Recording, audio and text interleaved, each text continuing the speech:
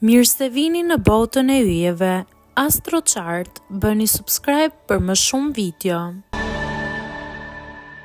Tre gratë më tradhtare të horoskopit. Në vend të parë, gruaja Binjak.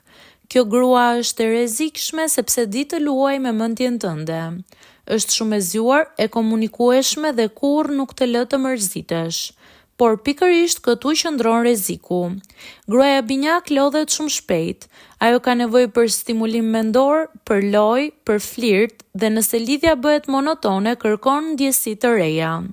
Tradhtia për të nuk fillon në shtrat, por në biseda. Fillon me një sije të pafajshëm, pastaj me një bisedë që zgjat orë dhe papritur ajo është e përfshirë emocionalisht me dikë tjetër. Ajo i di se çfarë bën, por justifikohet me fjalinë "unë thjesht dua vëmendje". Në fund mund të lërë me një buzëqeshje dhe me pyetje në kokë: a ishte ndonjëherë plotësisht e imja? Në vend të dytë, gruaja Luan. Është e bukur, karizmatike dhe me shumë vetbesim. Kjo grua nuk kalon kurrë pa u vënë re.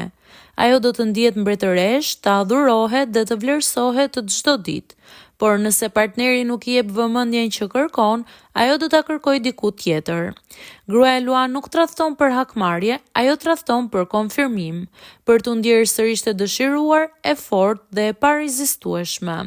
Ajo e bën me shumë stil. Askush nuk dyshon sepse është perfekte në mënyrën si e fsheh. Në publik është besnike, por në heshtje di të ndez flakën me një shikim të vetëm. Në fund ajo do të thotë: unë thjesht doja të ndihesha gjallë. Në vend të tretë, gruaja Peshk. Mos të mashtroj butësia e saj, sepse gruaja Peshk duket e butë, por është mjeshtre e iluzioneve. Është romantike, ëndërrimtare dhe tepër emocionale, por kur ndjen mungesë dashurie, zemra e saj fillon të kërkojë stret tjetër. Tradhtia e saj nuk është e ftohtë, është e ndjeshme, e ngrohtë dhe plot emocion.